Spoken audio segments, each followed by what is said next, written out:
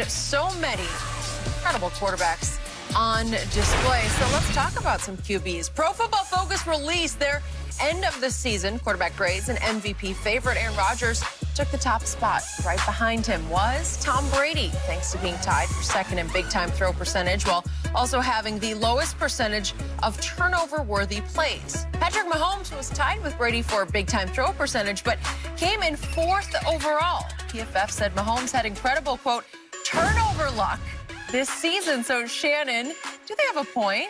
Yeah, the point is that I read Pro Football Focus yesterday, and they said Patrick Mahomes was #1 in big-time throws, and Tom Brady was #2. But that's neither here nor there. No, he does not. He's not the second best quarterback as far as grade. Mahomes had the edge in completion percentage, yards per attempt, QBR, and Tom Brady threw twice as many interceptions as Patrick Mahomes. Patrick Mahomes went 4-0 against playoff teams with 12 touchdowns, 0 interceptions on the road, which tied, if I'm not mistaken, who I got is old Kurt Warner, for the record for most wins against playoff teams on the road. That's what Mahomes did. Now, let me tell you what your guy did, Tom Brady. Tom Brady went 1-5 against playoff teams. 10 touchdowns, 9 interceptions. So not only did he have fewer interceptions, he was 9 times the turnovers that Mahomes boy had. And if I'm not mistaken, Patrick Mahomes lost 1 game this season, so Patrick Mahomes was 14-1. What was your guy record? 11-5. 11-5. So let me get this right. One guy was 11-5, the other guy was 14-1. The other guy had a better completion percentage, yards per attempt. My guy was second in QBR. You love QBR. That's your Bible. That's the Bible. Skip, let me tell y'all something, people. Skip Bayless had 2 things by his bedside table, books. He got the Bible and he got the QBR rating. And that's what he got by his bed. So he believed in those things. The first thing he get up, let me see what QBR says. And now all of a sudden QBR doesn't matter. First of all, I got Patrick Mahomes. I got obviously Aaron Rodgers had better. Josh Allen. We're going to pretend Josh. So we just going to pretend. So I get it, Skip. People don't really talk about Buffalo. You don't really, people don't like, man, where you going? Man, I'm going to Buffalo. Unless you go to Niagara Falls. I mean, you better stop at Buffalo.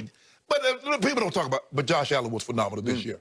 Also was Russell Wilson. Deshaun Watson, although his team was terrible, Deshaun Watson was exquisite in his play.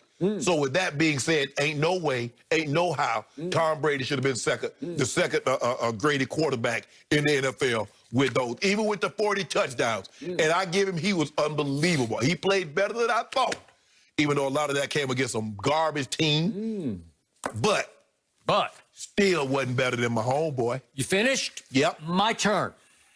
This is the way Pro Football Focus grades quarterback. They go play by play by play. Each play, and they say big-time throw or turnover-worthy play. That's how they break it down, one or the other.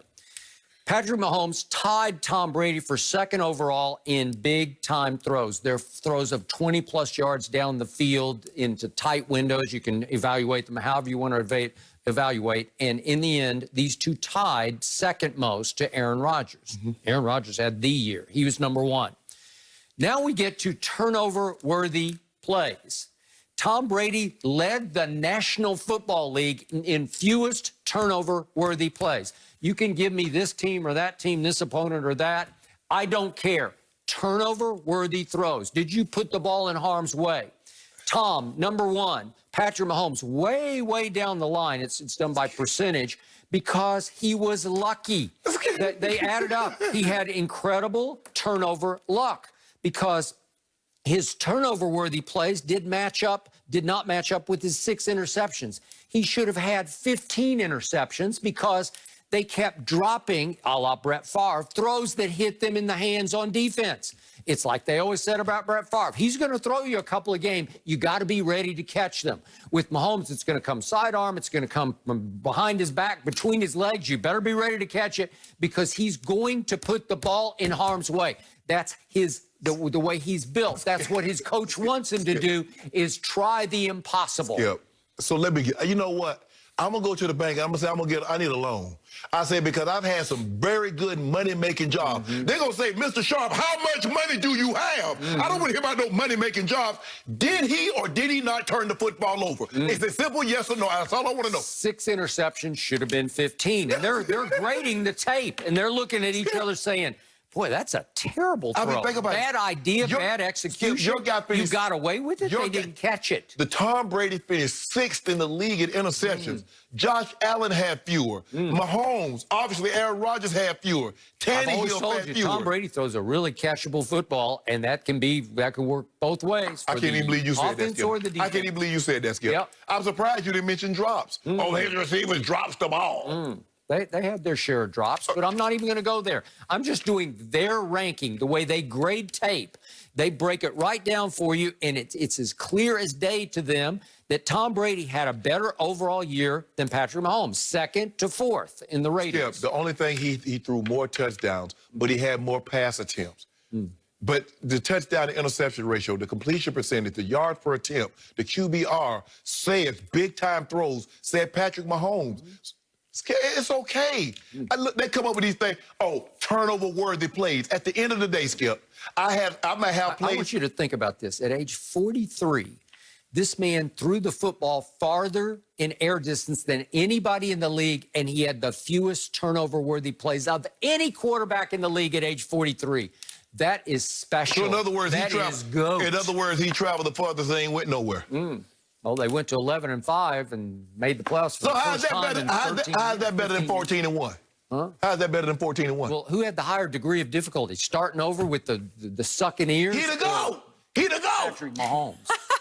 You keep telling me he the GOAT. On that note, we're wrapping it up. Kyrie, guys, responded in a big way with no KD last night. We'll be watching that one. And now that the Cowboy season has come to an end, Jerry Jones seems to have refocused his attention on getting Dak Prescott signed to a new deal. We're back to this. During his weekly radio interview, Jerry said of Dak, quote, "I don't know how you could have any more leverage. His evolving into an NFL quarterback has been nothing short of a perfect picture." A perfect picture. Antonio Cromartie is still with us. So, Antonio, do you agree with Jerry that Dak has all the leverage? Oh, 100% he has all the leverage. It just showed just during the season. I mean, yeah, they were started off 1-3 and going into the second game, I think it was 2-3 before he ended up getting hurt. But he does have all the leverage when you look at it. I mean, just the quarterback play that he showed in the first 4 weeks of the season under McCarthy's offense. I mean, he was in there from the start breaking records. I think it was 1,800 yards within the first 4 or 5 games. So, I mean, when you look at it, I think he's a guy that can that does have the leverage to go into it. But everyone wants to see how he's going to react, how he performs on his injured ankle that he suffered during week 5 play. I agree, Crow. He has the leverage, but I don't believe Jerry believes he has all the leverage. Skip and I debated this earlier. I just think the thing is, Skip, when you believe in someone, you make that commitment. It's as simple as that. You believe, Skip Bayless believed Ernestine was the one, he made the commitment. Matt believed Jenny was the one, he made the commitment. Jerry keep on talking, Jerry, you the one, but all he keep doing is buying flowers and promissory rings. No, he ain't put no real thing on it yet, Crow. So you keep talking. I hear what you're saying, Jerry. Normally what happens when ownerships or an organization believe a guy is the guy, it might come back to bite them, Skip, but what do? They make that long-term commitment. What do the Rams do? The Rams say, we believe Jared Goff is our guy. Long-term commitment. What the Eagles do? We believe Carson Wentz is our long-term guy. Now, what do you think Baltimore is going to do? What do you think the Buffalo Bills are going to do with Josh Allen? Do you think they're going to say, nah, we need to see a little bit more? Well, we need to see. What do you think is going to happen? They're going to give them their deals because they say, we believe this is our guy. We're willing to make that commitment. Well, Jerry, you keep saying you want to make that commitment, but every time, you know, Dak come up there and he like, oh, he done told all his friends, tonight Jerry gonna propose to me. I'm gonna get that ring. You know they tell the girls, I think this gonna be the night. He playing something special. Yep. You get to the house, it's all dark. You don't realize he got the power cut off. That's what the lights are out. He ain't about to propose to you. Ain't no rose petals everywhere. So Dak has all the leverage, and Jerry gonna have to break bread sooner or later. But he always could have this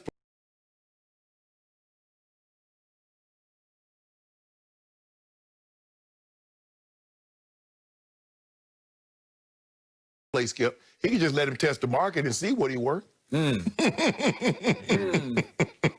What do you think he's worth? I think he's worth. I know what you think. I think he's worth right somewhere between $38.5 and $40 million.